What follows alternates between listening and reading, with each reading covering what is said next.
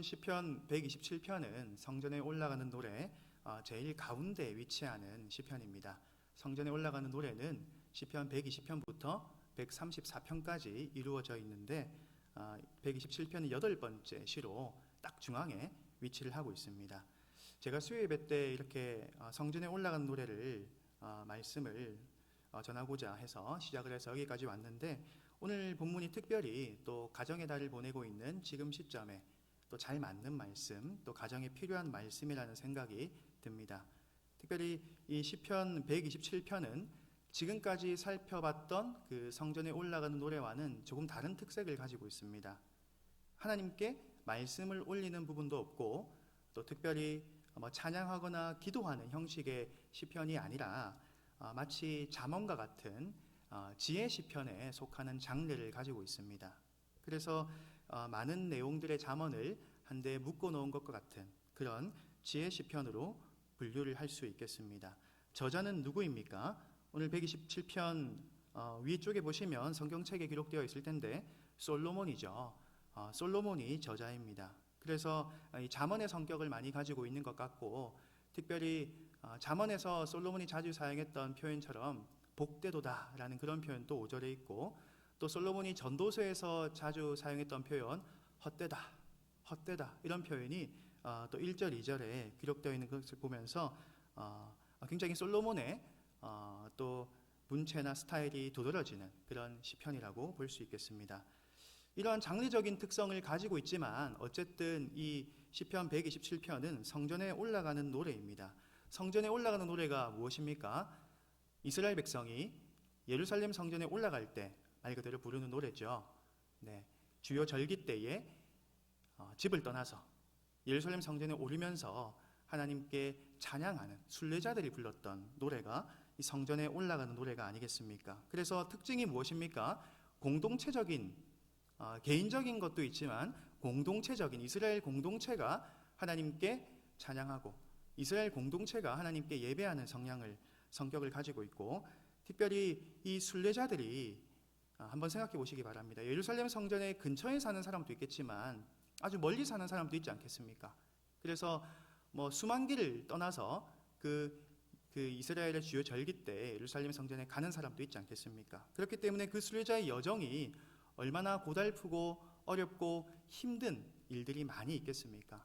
그 중에서도 붙잡는, 그리고 하나님의 위로가 되는, 또 의지되는 말씀이기 때문에 성전에 올라가는 노래는 순례자들에게 특별히 하나님께 붙들어야 할, 하나님을 의지해야 할 그런 말씀들이 많이 기록되어 있는 것을 볼 수가 있습니다.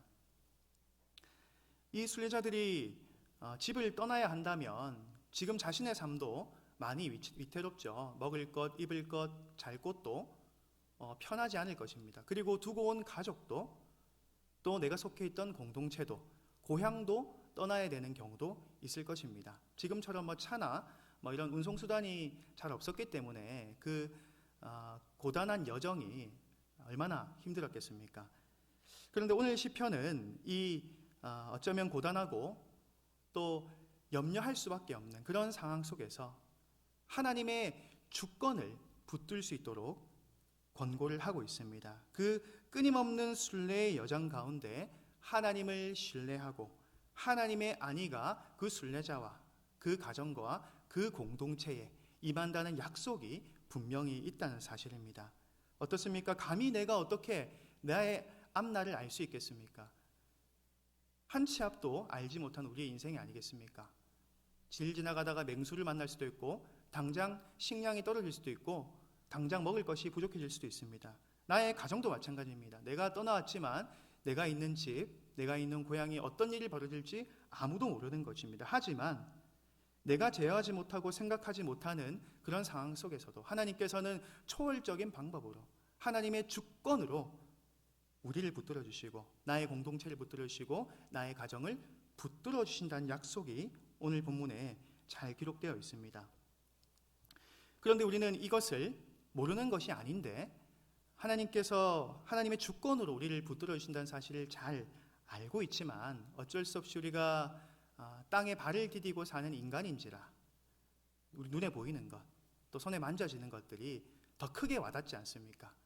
하나님이 지켜주신다. 하나님이 함께 하신다는 사실을 알고는 있지만 우리 눈에 보이는 것들이 얼마나 크게 보이는지, 그 문제나 그 사건들이 얼마나 나를 고통스럽게 하는지 우리는 그것에 집중하며 살아갈 때가 많은 것 같습니다.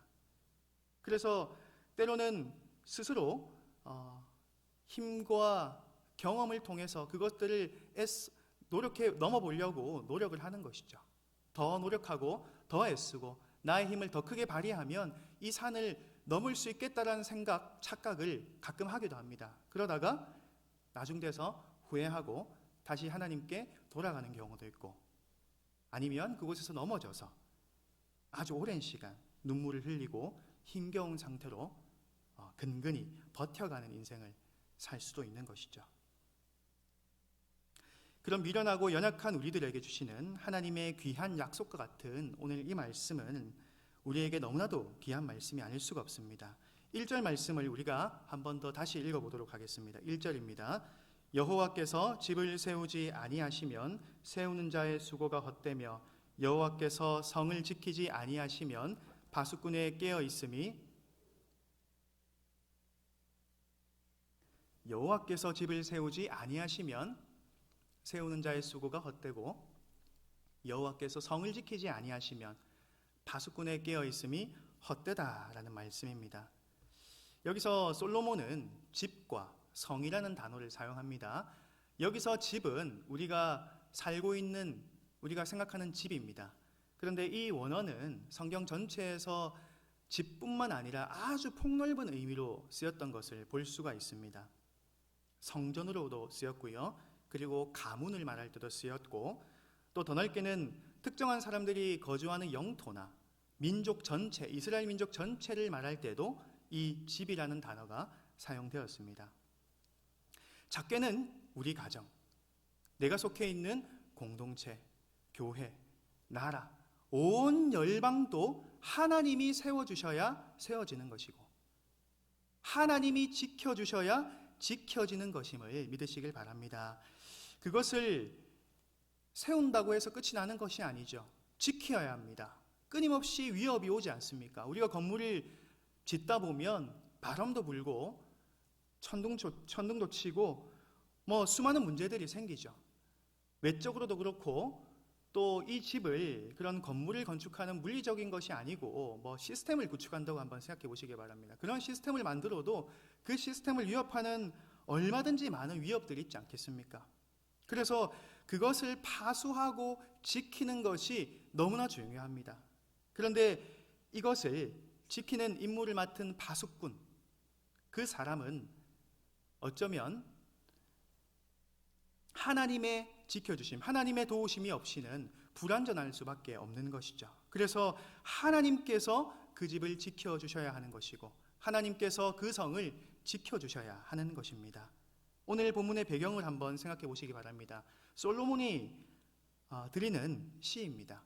솔로몬 때에 예루살렘 성전이 처음 건축됐지 않습니까? 1차 성전입니다. 예루살렘 1차 성전. 그래서 이 성을 지킨다는 것, 이 집을 지킨다는 것은 그 예루살렘 성전 그 자체, 그 성벽을 지킨다는 의미를 가지고 있습니다. 이스라엘 백성이 어떤 백성입니까? 당시에 통일왕국 시대가 아니었겠습니까? 아직 북이스라엘과 남유다가 나누어지기 전에 다윗 왕조의 그 영화와 부귀와 그 영광을 이어받아서 솔로몬이 계속해서 유지해 나가고 정말 구국강병을 유지했던 그런 시대가 아니겠습니까? 그것을 세우는 것도 하나님이시고 그것을 지키는 것도 하나님이시다라고 솔로몬은 고백을 하고 있는 것입니다.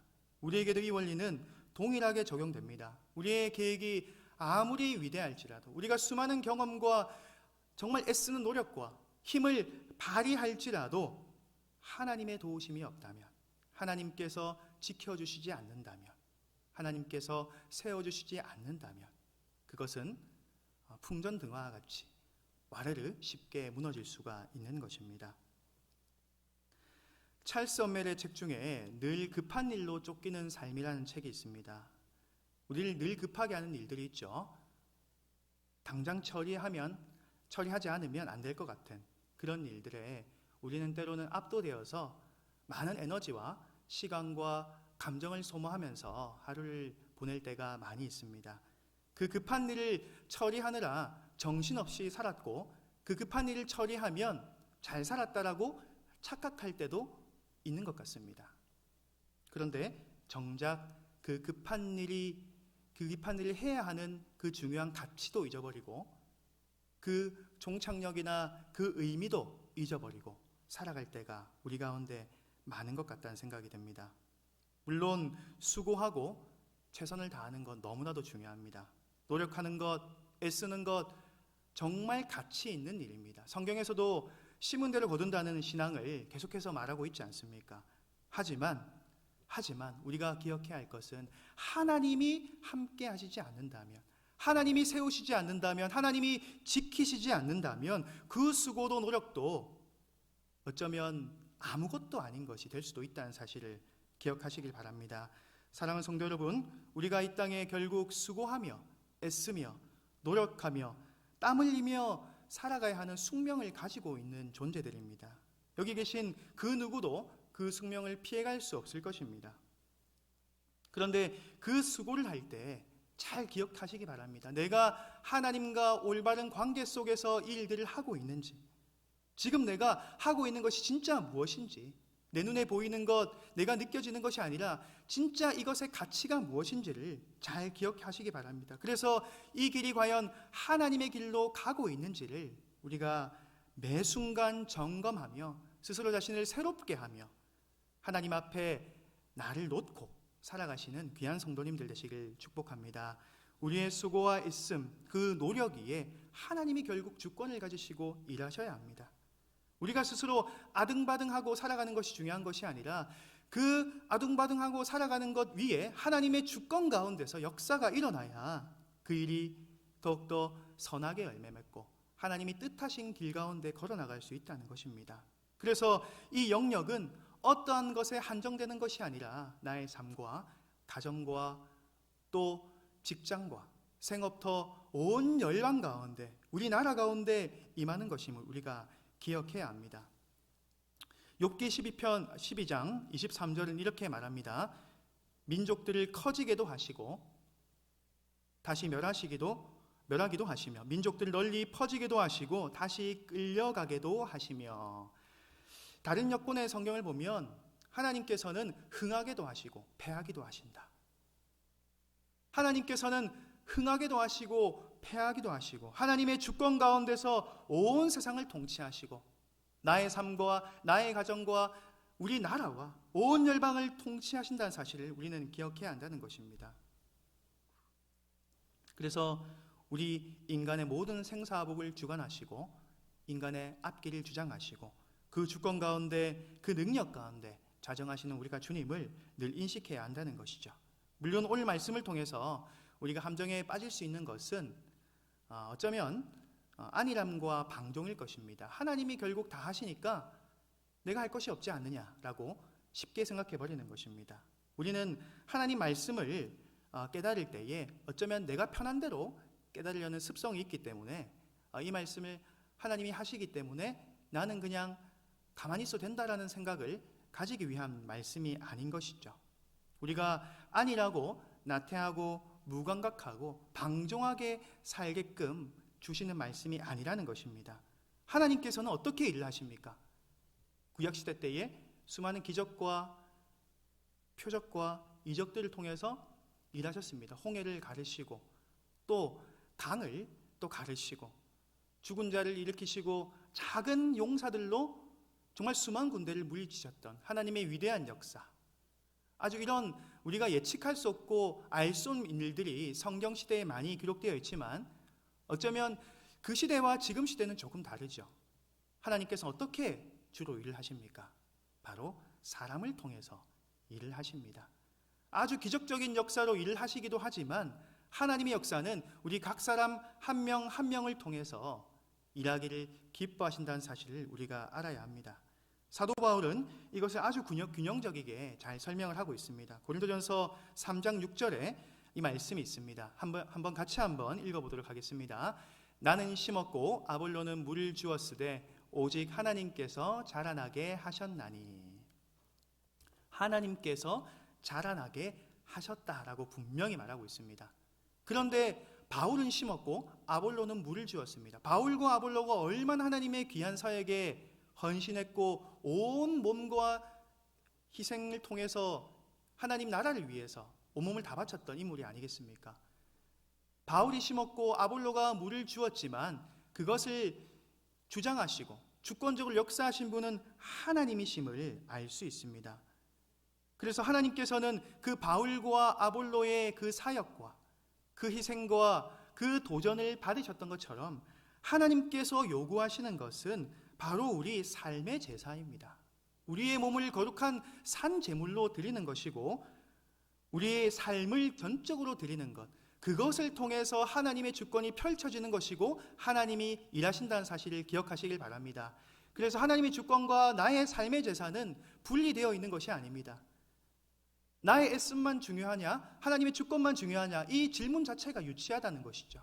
하나님의 주권과 통치와 그 일은 우리 삶의 예배를 통해서 그 삶의 제사를 통해서 이루어진다는 사실을 깨닫고 더욱더 하나님의 뜻에 합당한 귀한 성도님들 되시길 주님의 이름으로 축복합니다. 그리고 오늘 말씀 우리에게 무엇을 도전하고 있습니까? 그래서 이 절대 신뢰와 절대 충성의 균형을 요구하게 되는 것이죠. 그래서 우리가 힘겹게 하루하루를 살아갈 때에 우리가 이 시편 127편의 말씀을 잘 기억해야 합니다. 어쩌면 내가 땀 흘리고 집을 짓고 성을 파수하고 아침에 일찍 일어나 오늘 2절 말씀처럼 일찍 일어나 늦게 눕는 그런 노력을 하고 있지만 이게 정말 하나님 안에서 이루어지고 있는가라는 생각을 깊이 해야 한다는 것입니다. 연예인이라고 불러도 될 것 같은데 서장훈 씨가 자주 하는 말이 있죠. TV에서 그게 무슨 의미가 있니? 이렇게 자주 하지 않습니까? 저는 이렇게 좀 바꿔 말하고 싶습니다. 하나님 없이 그게 무슨 의미가 있니?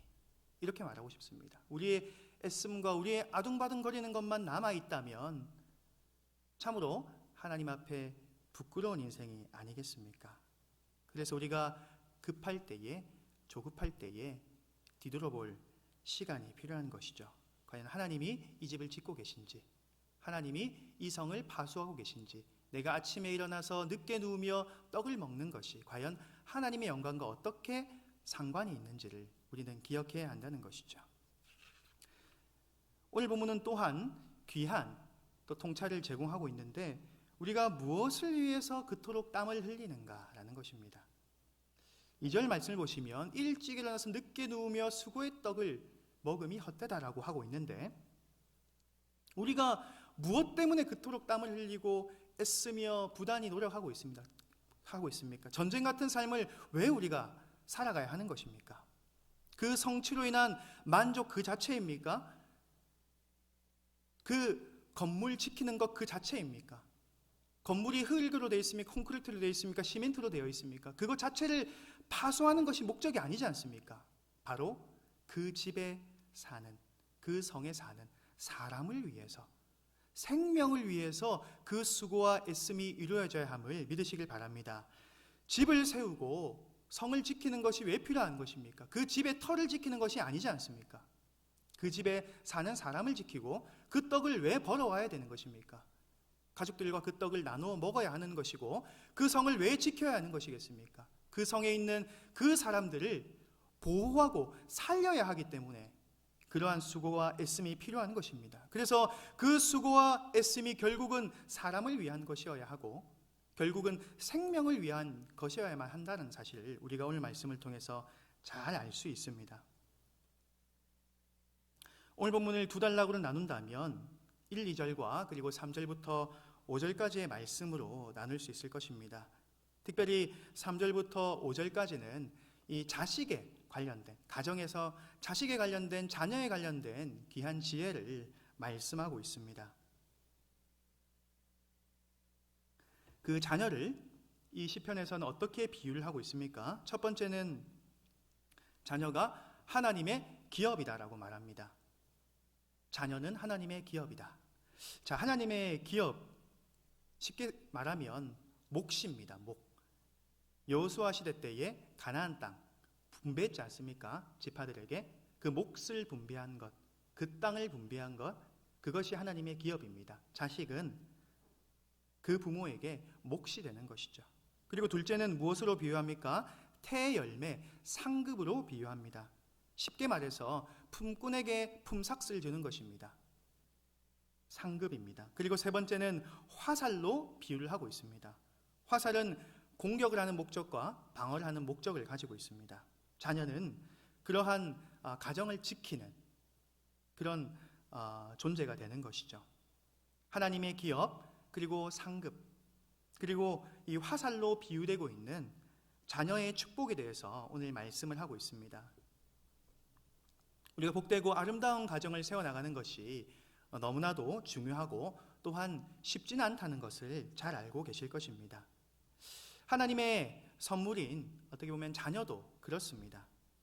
하나님께서 아브라함에게 이삭을 주셨고, 다윗에게 솔로몬을 주셨고, 엘리사벳에게 세례 요한을 주셨고, 또 한나에게 사무엘을 준 하나님의 선물, 그 자녀가 얼마나 귀합니까?